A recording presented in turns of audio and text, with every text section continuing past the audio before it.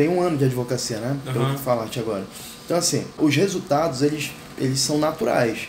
E eles são frutos do trabalho que você desenvolve. Então, não adianta achar que com um ano de advocacia, com 2 anos e tal, os resultados já vão ser extraordinários. Tá?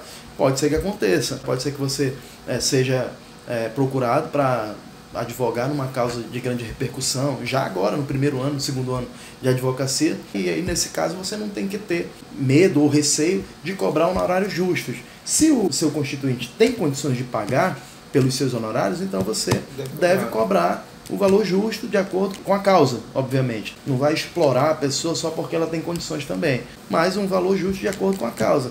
Então você tem que saber fazer essa análise. O interessante é você saber analisar a gravidade da situação e as condições financeiras do seu cliente, do seu constituinte.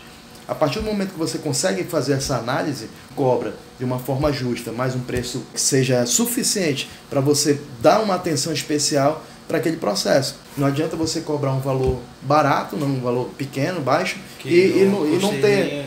as despesas mínimas. Né? Exatamente, você tem que verificar quanto tempo mais ou menos eu vou demorar para resolver essa situação. Então, outra coisa bem interessante é você analisar, no momento da primeira reunião com o seu cliente, você tem que analisar o seguinte: o tempo que vai demorar para você resolver a questão, lógico, muitas vezes é imprevisível. Se o réu está preso, é possível que a gente consiga resolver isso rápido, ou tenha que fazer outros recursos, por exemplo, fazer um pedido de revogação de uma prisão preventiva. É um valor, mas é possível que você tenha que fazer outros pedidos também. Pode ser que esse primeiro pedido não consiga revogar, né? Seja indeferido, e aí você tem que fazer, por exemplo, um habeas corpus. Então esse habeas corpus, você tem a opção de fazer um contrato onde inclua já todos os pedidos que você for fazer, ou fazer por partes. Depende da situação financeira do cliente também. Então, eu acredito que alguns contratos é melhor você fazer por pedidos, por parte, e outros é melhor você fazer já... Eu não tive problemas. Os que eu tive problemas foi os que eu já paguei tudo e tal, e aí o cara... Exatamente.